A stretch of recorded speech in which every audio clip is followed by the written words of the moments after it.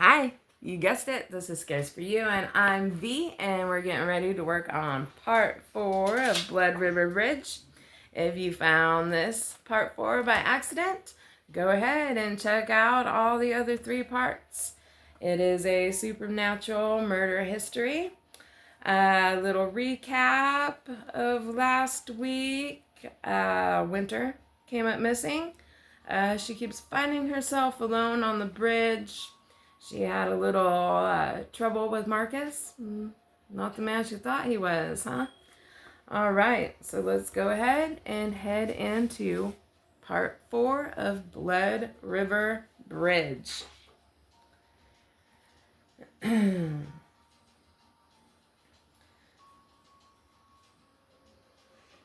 days had started warming and no one else had went missing, leaving April to feel it had been winter snow all along.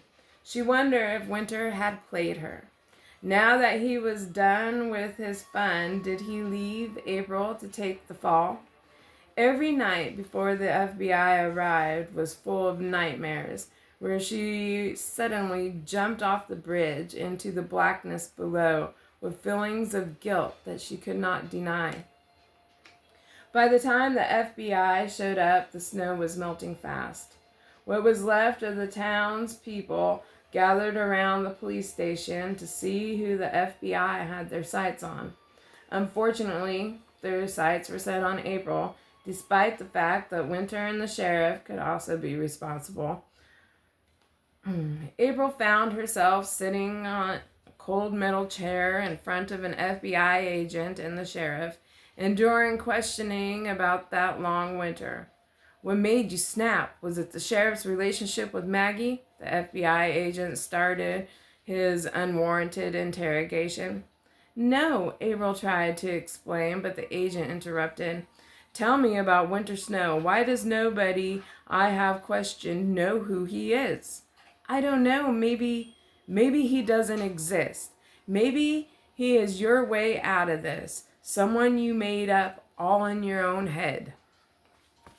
I'm not crazy, and unless you have some evidence to prove any of this, I am leaving. April stood and headed toward the door, but the sheriff grabbed her arm. We will get you for this, he said, and April broke free of his grip and walked out the door. That night, April began questioning herself. Could she be responsible for all of the missing people? Was Winter a figment of her imagination? Her guilt increased. April thought that maybe she was really sick and never knew it until now. That night continued lonely and cold and without sleep. Everything she could recall from that winter made her look guilty even to herself. The next morning was a beautiful April morning. The sun was shining brightly. It was a day that everyone in the town would never forget. The day the bridge was named Blood River Bridge. April stood on the bridge looking down into the red-tinted river.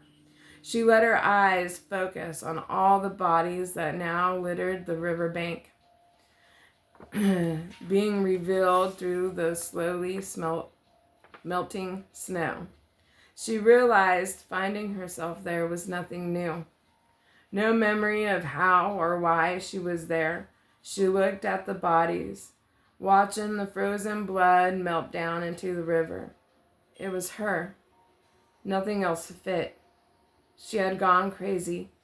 It was all her fault. Winter Snow was just another part of her, a part that was cold and cunning, and she knew she couldn't risk that side ever coming out again.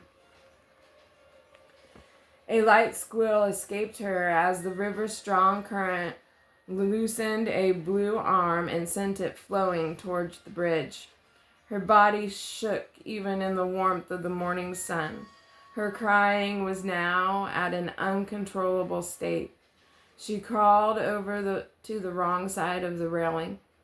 The sheriff's truck stopped behind her, and as he walked over to April, she could hear the sounds of sirens drawing closer with every breath.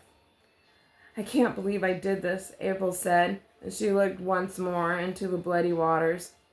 I was so sure it was Winter, or even you, and now I know it was me. I've gone crazy. I am Winter, and I killed all of them. Marcus grabbed her hands and held them tightly up against the rail as if to stop her from letting go. April turned her face to look at him. It was Winter, with a little help from me, the sheriff said, looking at the tree line. He winked, and April looked back. Winter Snow stood there with an empty smile on his face. April was stunned at first, and then it hit her. It was all a setup. She looked into the sheriff's eyes, but no emotion could be seen in them. Drugging you was simple. Leading you here every night, that was Winter's idea.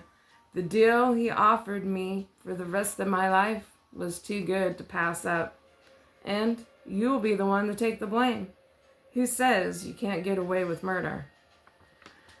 The sirens grew closer, but still too far away to reach her in time. He grabbed her, pulling her face into his. He kissed her.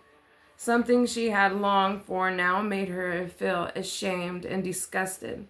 This man at one time she wanted to love forever, and all he gave her was death. He lifted his hands with hers in them forcefully off the railing, pushing her body and letting go. Her body hit the red-tinted waters and disappeared.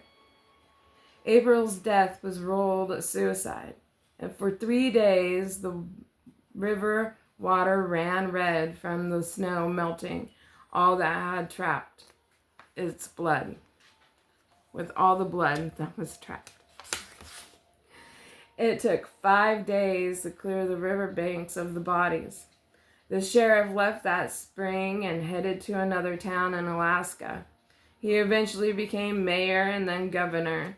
5 years into office, and people thought he had become crazy, claiming a man with eyes of stone and white hair was coming for him. Soon after that, he was sent to a mental hospital, where 2 days later, he mysteriously died of frostbite. And as for Winter Snow, nobody knows. Some claim to see him standing on the bridge an early April morning. Was he looking for her or plotting his next murderous spree? All right, there you go. I hope you enjoyed the whole entire story. And don't forget, you can find me on YouTube Shorts. Lots of little short stories, and I have the podcast, and plus there is more readings of 5 to 6 minute stories on my channel. So I hope that you check me out. Thanks.